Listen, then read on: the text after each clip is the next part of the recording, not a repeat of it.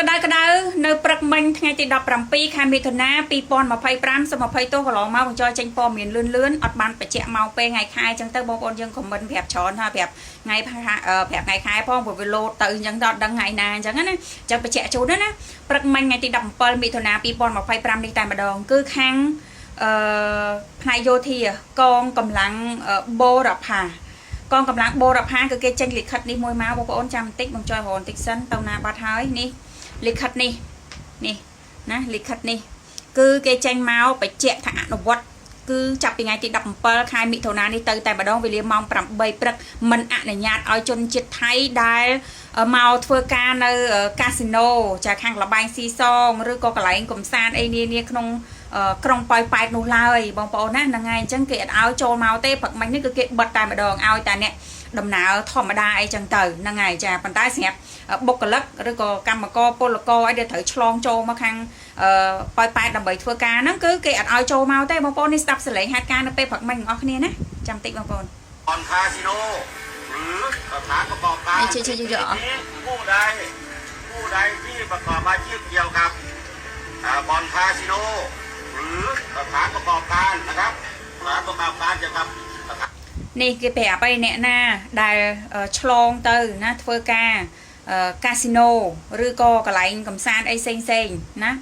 នៅខាងប៉ោយប៉ែតគឺគេអត់ឲ្យចូលមកទេបងប្អូនស្ថានភាពគឺឡើង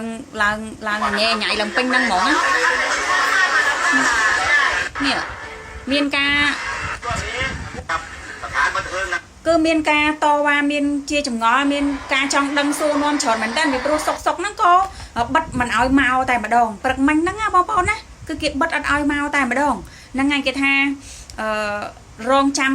ចាបញ្ជាថ្មីការផ្លាស់ប្ដូរអីយ៉ាងម៉េចតទៅទៀតអាហ្នឹងគឺគេនឹងជន់ដំណឹងតាមហ្នឹងទៀតអីអញ្ចឹងទៅបងប្អូននេះគឺពីខាងភៀកគីថៃបន្ទាប់ពីមកសិនមិញណាបងប្អូនមកសិនមិញសម្ដេចតេជោពេលព្រឹកប្រហែលជាខ្ទង់ម៉ោង9:10ហ្នឹងឯងចាគឺគាត់ចេញមកប្រកាសថាបើសិនជាខាងយោធាថៃ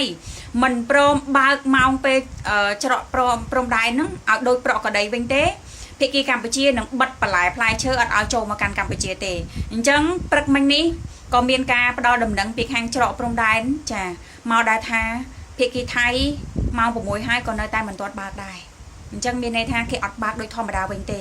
ដូច្នេះគ្រប់24ម៉ោងនៅមុននឹងអំបញ្ញមិញនេះខាងភាគីកម្ពុជាតាមបណ្ដាញសារព័ត៌មានធំកម្ពុជាថ្មី Fresh News អីហ្នឹងក៏បានចេញមកធ្វើការផ្សព្វផ្សាយដែរថាផុត24ម៉ោងហើយដូច្នេះភាគីកម្ពុជានឹងមិនអនុញ្ញាតឲ្យផ្លែឈើនិងបន្លែថៃឆ្លងដែនតាមច្រកណាមួយរបស់កម្ពុជាចូលមកនោះទេនេះបងប្អូនណាហ្នឹងហើយអញ្ចឹងឥឡូវហ្នឹងខាងភាគីថៃក៏គេមិនខ្វល់ថាឲ្យបើកដូចដើមវិញដែរគេថែមទាំងចាបិទមិនឲ្យពលករចាក៏ដូចជាបុគ្គលិកអីកម្មករអីផ្សេង